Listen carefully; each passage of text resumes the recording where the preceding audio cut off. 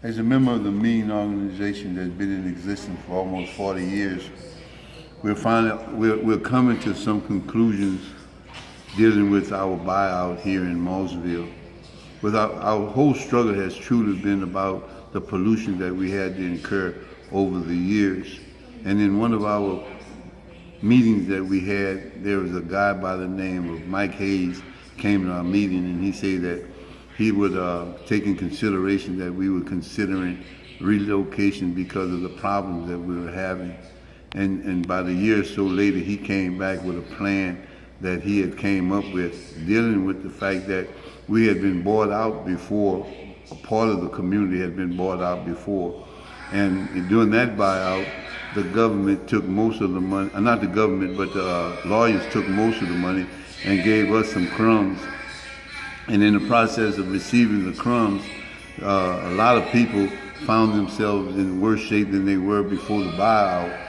Then what happened was that Sassaw got with some other people, we don't even really know who it was, and they came up with a plan and said, what we'll do, since we're moving in this area, we'll approach Mossville with a plan that we think that would truly shake them and put them in position and say, what we'll do, we'll offer each and every individual homeowner $100,000 to start off with, and then we'll give them 60% of whatever their home is valued at. And they came with that plan because they said that with the buyout that took place over in Bel Air, along with the buyout that took place in the Diamond community, that this would be the best offer that was ever offered to a minority community. And because the ringing of the $100,000, it really made people think that they were really getting a good deal because of the fact that the $100,000 was brought to the table. When people started selling and realized that they had actually put themselves in a hole because of the fact that they took that offer and they find themselves in worse condition than they were. Some of them, all of them weren't, but the only thing that really shook us up is that we didn't have any representation at all. We didn't have any of our civic leaders or anyone to come in, or they didn't even come and talk to us even before they came up with before they came up with the plan. They just took for granted that we would just jump to the $100,000. So they came in and they started their process, and they got over half of the people that was truly interested in it, but there was homeowners that was way over $100,000 that was being actually gypped because of the fact that they were belittling these people because they put everybody in the same category, not taking everybody in consideration. So how has the federal government failed here? The federal government failed to the point that we don't have anybody to represent us. We don't have anybody that we can turn to. We don't have anybody that we can talk to. Mike Hayes come and talk to us, a member of Sassaw, but our police bureau, they say don't even bother them if it has anything to do with the refineries or the plants, because they're not going against the refineries or the plants because that's their livelihood.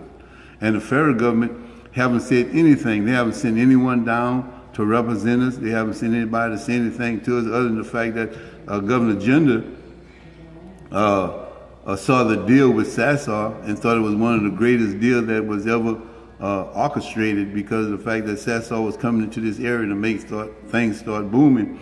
And for a foreign country to come and dictate to you how they're going to disperse your land and how much they're going to pay you for your land, it just don't seem logic. And I can't see how the federal government would even allow them to do this. So as a result of the lack of interest by the federal government, where are you now? Right now, I'm at the point that I'll just stay here until my place just go down into the dirt because of the fact that I'm not selling without a comfortable amount. Now if you look at my place, you'd probably say, well, he don't have no complaints. But this place took care of me for 30 years without even worrying about a job or being part of the federal government system of welfare or anything. So I just feel like I, along with other people, feel like they were being belittled the way they was treated and with no representation.